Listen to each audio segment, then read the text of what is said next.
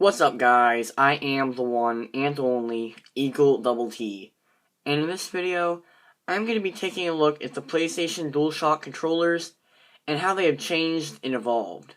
So without further ado, let's begin. Our journey starts with the original PlayStation controller. This thing was very important back in the day because we had never seen a controller, gaming had never seen a controller like this. It just wasn't like a flat controller. This had shape, and it wasn't just face buttons and just a piece of plastic. It had a shape and a design to it to fit your hands. It was extremely small, and not the best build quality, but this was a very important step in the controller ever. This is very important. The build quality is it's mid to low. They did later add 2 joysticks onto this controller, but it basically has the layout of a Super Nintendo controller, except with an extra bumper, and, you know, with design, and your hands were made to fit this controller, and this was very important to the gaming community. After the original PlayStation controller received 2 joysticks and officially became known is Sony's official DualShock controller, the DualShock 2 later followed, and it showed nearly no improvement over the original, although it did improve a little bit. It has better plastic in its construction, it has a better rubber in the cable, it now has bigger buttons on the back that also just feel a little bit better. It seems to be built a bit better. That's just about its only change, however. The 2 symmetrical joysticks, a lot of people really like that. Personally, I don't think it's the best, but whatever. They came in a variety of different colors. They had an analog button, start and select, just very similar to the original DualShock and PlayStation 1 controller.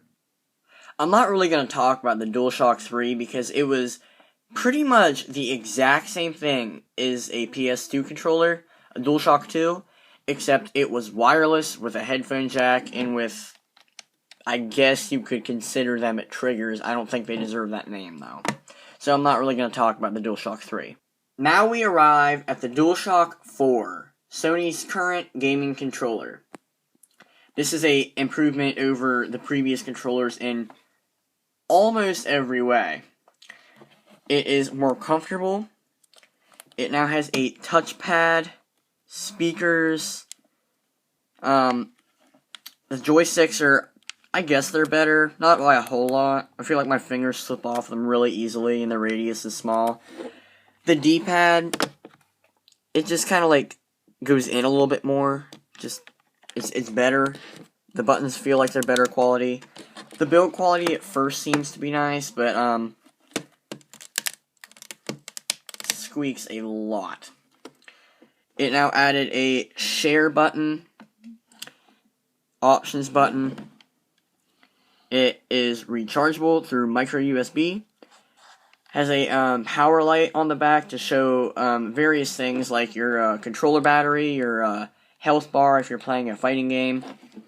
The triggers and bumpers are an improvement by far. I mean, much better triggers and bumpers. It's a lot more smooth. I mean, a lot more smooth. It's just textured, smooth surface. It's very nice. Like on the original DualShock controller, it just wasn't as fine as the DualShock 4. It was just a lot more rugged, crude.